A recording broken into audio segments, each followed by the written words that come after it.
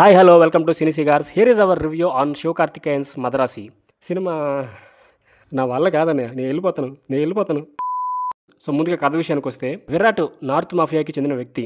అతను తమిళనాడుకి guns and వెపన్స్ని ఇల్లీగల్గా తరలించి అక్కడ జనాలకి, ముఖ్యంగా పెద్దవాళ్ళకి గన్ కల్చర్ని అలవాటు చేయాలని భావిస్తాడు. అందుకు తన స్నేహితుడు చిరాగ్ సాయంతో ఒక సిండికేట్ని అప్రోచ్ అవుతాడు. అయితే తమిళనాడుకు అక్రమంగా మోస్ట్ డేంజరస్ వెపన్స్ వస్తున్నాయి అని ఎన్ఐఏ చీఫ్ ప్రేమనాథ్కి తెలుస్తుంది. ఇది ఆపాలని ప్రయత్నిస్తాడు, కానీ అతని ప్రయత్నం ఫలించదు. పైగా విరాట్ చేతిలో అతను తీవ్రంగా గాయపడతాడు. మరోవైపు లవ్ ఫెయిల్యూర్ కారణంగా ఆత్మహత్య చేసుకోవాలనుకుంటాడు రఘురామ్. కరెక్ట్గా అదే టైంలో ప్రేమ్ అతనికి పరిచయం అవుతాడు.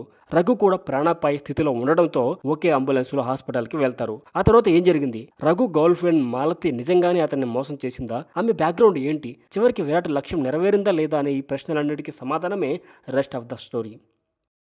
ఇక సినిమా ఎలా ఉంది అంటే, యాక్షన్ సినిమాలు తీయడంలో మురుగదాస్కి ఒక సెపరేట్ స్టైల్ ఉంది. గజని, కత్తి, తుపాకీ ఇలాంటి సినిమాల్లో అది మనకి క్లియర్గా కనిపిస్తుంది. కేవలం ఏ క్లాస్ ఆడియన్స్ని దృష్టిలో పెట్టుకుని మాత్రమే కాదు, సి క్లాస్ ఆడియన్స్కి కూడా కనెక్ట్ అయ్యే విధంగా ఆయన ఆ సినిమాల్లో యాక్షన్ సీన్స్ని డిజైన్ చేస్తారు. అలాగే ఆ సినిమాల్లో ఎమోషనల్ కనెక్టివిటీ కూడా పెద్దపీట వేశారు. కానీ తర్వాత సినిమాల్లో అది క్రమక్రమంగా తగ్గుతూ వచ్చింది. మదరాసితో ఖచ్చితంగా ఆయన హిట్ కొట్టి ట్రాక్లోకి వస్తారని ఎంత అనుకున్నారు, కానీ మదరాసిలో కొత్తగా మురుగదాస్ చేసిందంటూ ఏమీ లేదు.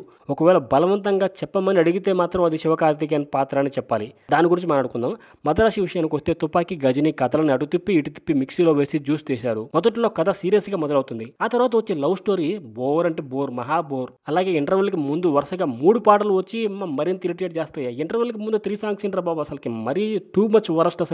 అసలు సెకండ్ హాఫ్ కి కథే లేదనుకుంటా మురుగదాస్ దగ్గర. ఎక్కడెక్కడో తిప్పి మమ అనిపిస్తాడు. అలాగే కొన్నాళ్ళుగా తన మ్యూజిక్ లో అన్ని సినిమాలను గట్టెక్కిస్తూ వచ్చిన అనిరుద్ధ్ ఈ సినిమాకి మాత్రం పూర్తిగా చేతులెత్తేశాడు. బహుశా అతని వద్ద టైం లేక హడావుడిగా ఏదో తన దగ్గర ఉన్న మిగిలిపోయిన రిజెక్టెడ్ ట్యూన్స్, ట్రాక్స్ ఇచ్చేసి పోరా బాబా అని వదిలించుకున్నట్టే ఉంటది. ఒక ట్యూన్ కూడా మైండ్ లోకి వెళ్ళదు అసలుకి. ప్రొడక్షన్ వాల్యూస్ ఓకే, పర్లేదు, బాగున్నాయి. ఖర్చు మనకి తెరపైన కనిపిస్తుంది. సినిమాటోగ్రాఫర్ సుదీప్ ఎలా మనకి కూడా మంచి క్రెడిట్ వెళ్తుంది టెక్నికల్ డిపార్ట్మెంట్ విషయంలో.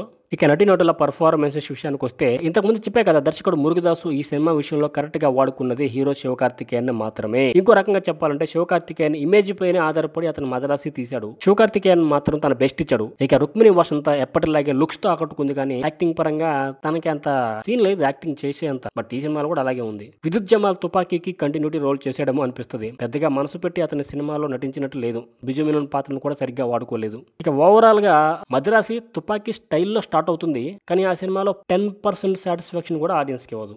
సో అది అన్నమాట విషయం. ఇక మీ ఇష్టం.